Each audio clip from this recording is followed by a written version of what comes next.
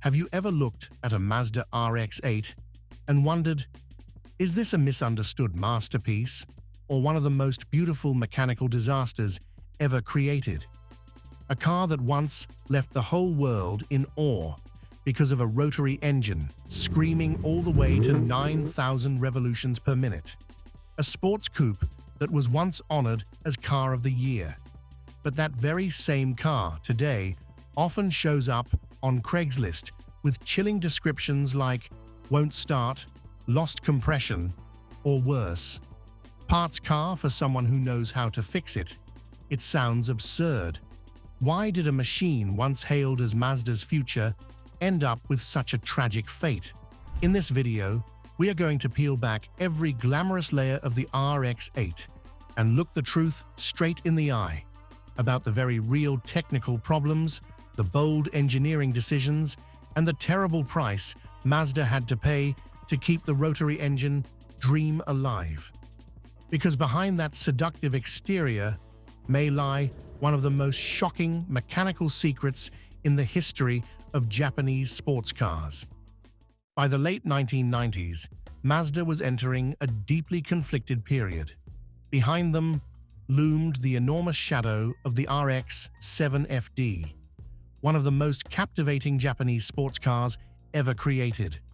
Its low body, long hood, softly sculpted sides, and smoothly rounded rear made it look almost untouched by time. Beneath that skin was the compact 13B-R EW twin-turbo rotary engine, delivering strong power while remaining remarkably light. Combined with a well-balanced chassis and razor-sharp steering response, the RX-7 FD offered a driving experience that felt agile, alive, and utterly mesmerizing. But in the American market, emissions standards were becoming increasingly strict, especially under pressure from the EPA. That was an extremely hostile environment for the rotary, an engine that was naturally compact and loved to rev high, but always faced disadvantages in emissions, fuel consumption, and durability when compared with a traditional piston engine. The RX-7 FD, with its intoxicating twin-turbo setup, almost had no chance of surviving for long in that environment. Mazda was forced to close the old chapter. But walking away from the rotary was even more impossible. For Mazda, it was not just a technology, it was the last piece of identity that set them apart in an automotive world becoming more and more alike. And so, the RX-8 was born from a mission that was almost impossible. They had to create a new sports car with a naturally aspirated rotary engine, cleaner, more fuel-efficient, easier to live with every day, yet still able to preserve the soul of the RX line. From the very first glance, the Mazda RX-8 made it clear that it had no intention of becoming a copy of the RX-7. Its body was muscular, its fenders were clearly flared, its hood was long, and its sides were sculpted with a much more solid, assertive character. Mazda was also very clever in weaving triangular design language, directly evoking the shape of a rotor, into many details of the car. From the lines in the grille, the sculpted openings in the body, to several small accents around the lighting elements and the cockpit, the RX-8 constantly reminded the viewer that this was not an ordinary coupe. But the detail that made the RX-8 truly famous was its freestyle doors. Mazda used front doors that opened in the traditional way, while the rear doors opened backward, creating a feel similar to classic suicide doors. What made it special was that the company almost eliminated the sense of a B-pillar in the process of getting in and out of the car.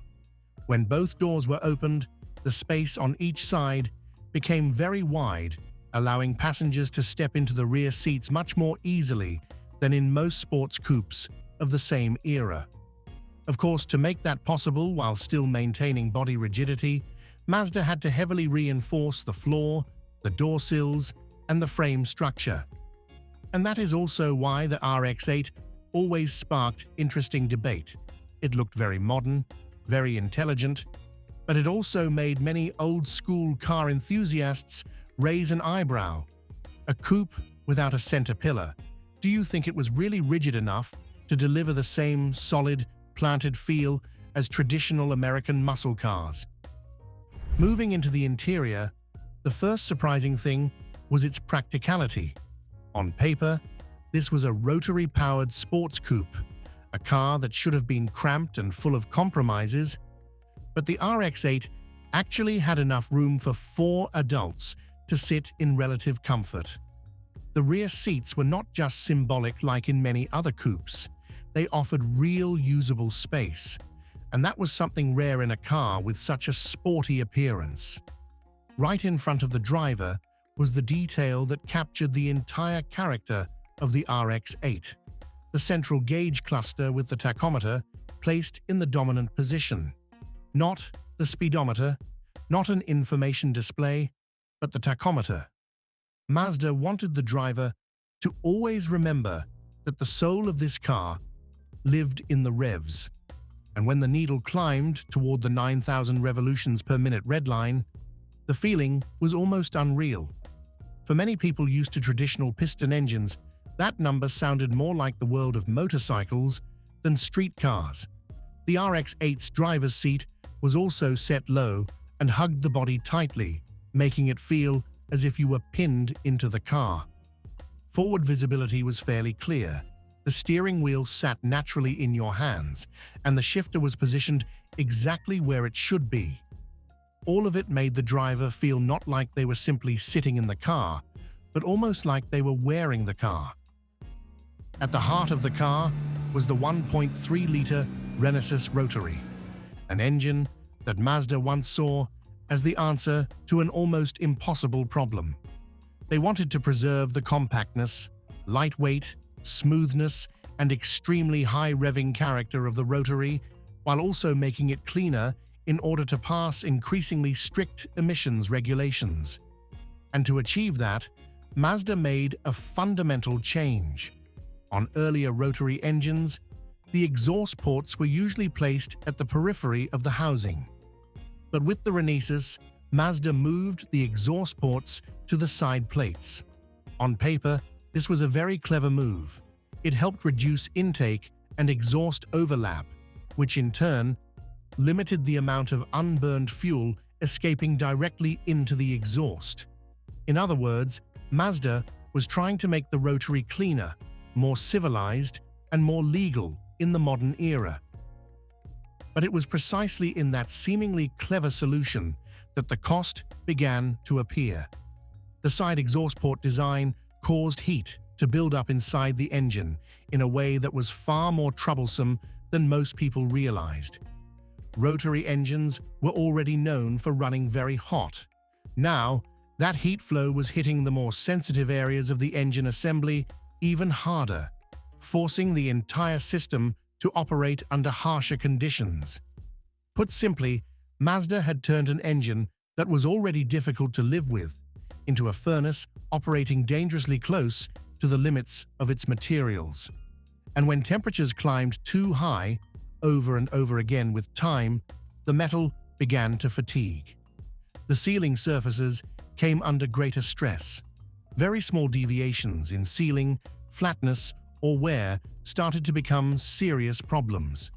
For an engine that lived or died by its ability to hold combustion chamber pressure, even a slight drop in compression could send everything downhill very quickly. But heat was only half of the story. The other half lay in the very fluid the rotary needed in order to survive, and that was engine oil.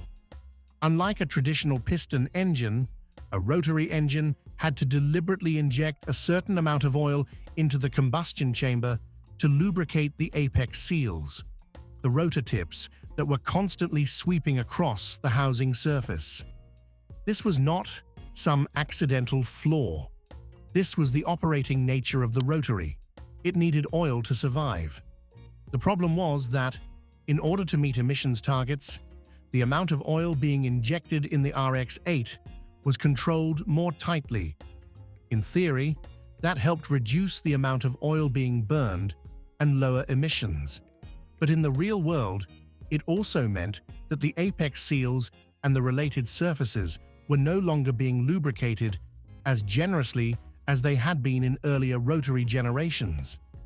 The result was that, as the car accumulated mileage, especially if the owner neglected to check the oil level, wear began to accelerate. From that point on, the familiar symptoms of the RX-8 began to appear. When the engine was still cold, the car could still start. But once it warmed up, it gradually became weaker, cranked longer, and became harder to start, feeling as if the battery was weak or the starter system had a problem. Many owners blamed the spark plugs, the battery, or the starter motor.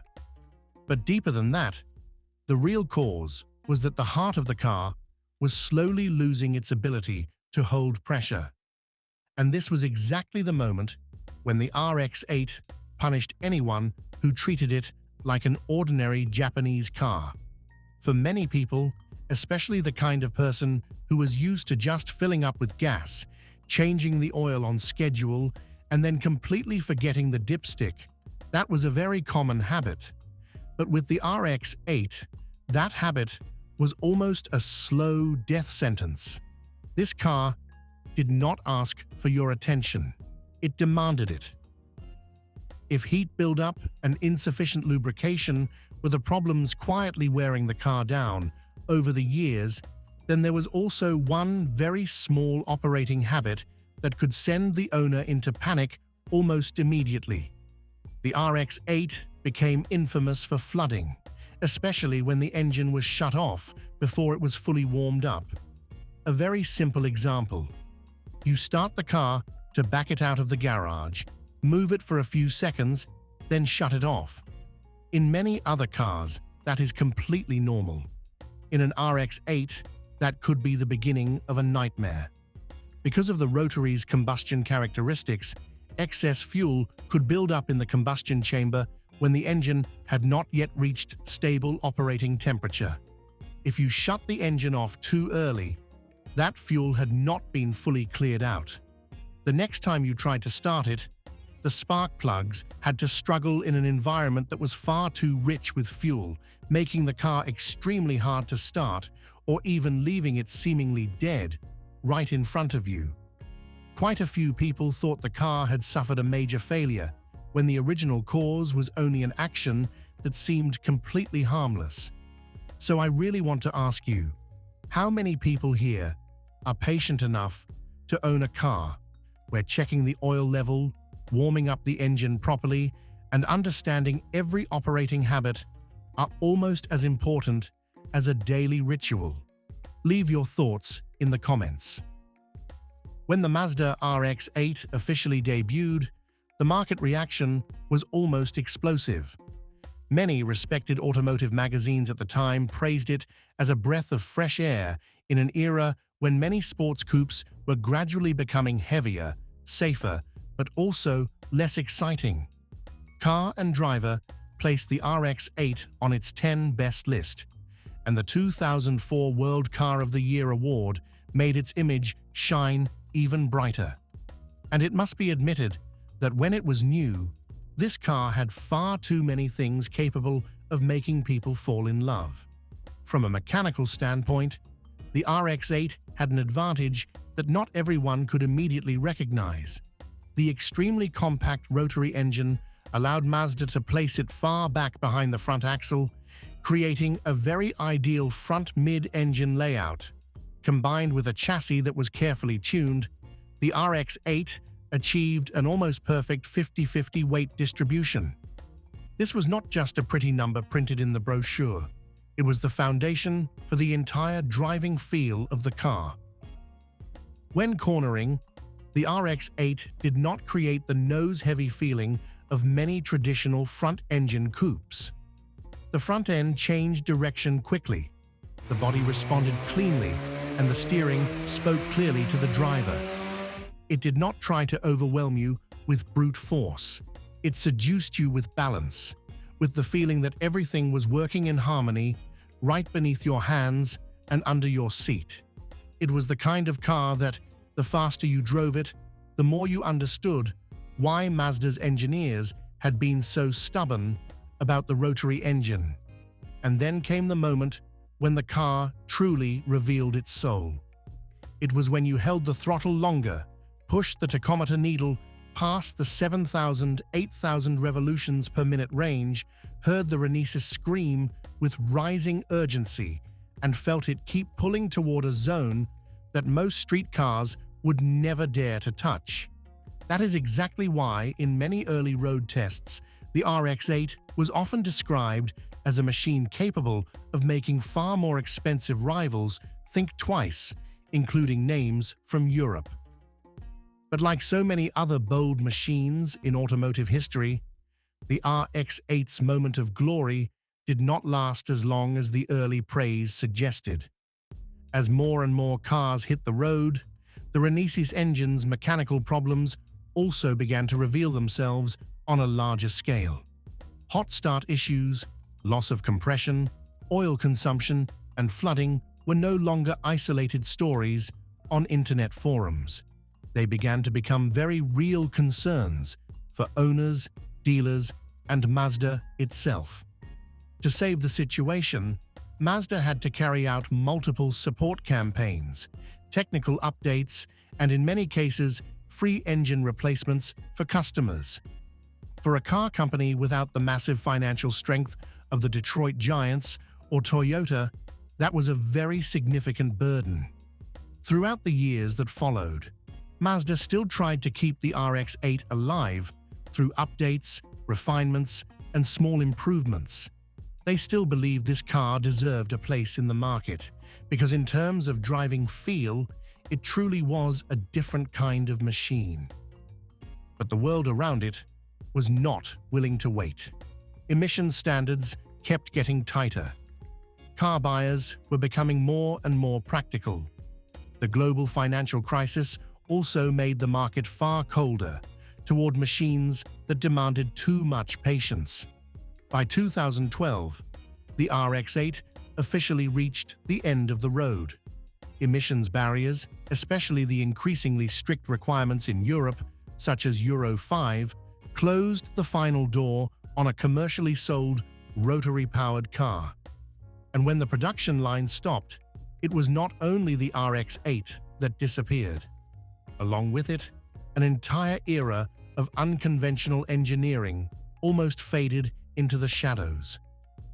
What makes this story saddest is that the RX-8 was never a complete failure in the simple sense. It was not the kind of soulless car that got forgotten because it was too ordinary. On the contrary, it is remembered too clearly, with too much emotion and too much controversy. Some people see it as a repair nightmare. Others love it as the last car bold enough to preserve Mazda's wild spirit in an era when everything was becoming safer and more alike. Personally, I think the RX-8's greatest legacy does not lie in sales numbers or durability. It lies in the fact that Mazda dared to go against the crowd until the very end. In an industry that was becoming more and more calculated, they still tried to preserve an engine that the whole world had already decided had no future. And even though the ending was not graceful, that very stubbornness is what made the RX-8 one of the most memorable cars of the modern era. What about you? If there were a bargain-priced RX-8 right in front of you, still beautiful on the outside, but with an engine that needed to be rebuilt from the ground up, would you dare bring it home to your garage? Leave your thoughts in the comments. Hit like if you enjoy mechanical stories like this, subscribe to the channel so you do not miss the next videos. And I will see you again on the journey to explore the most special machines ever built.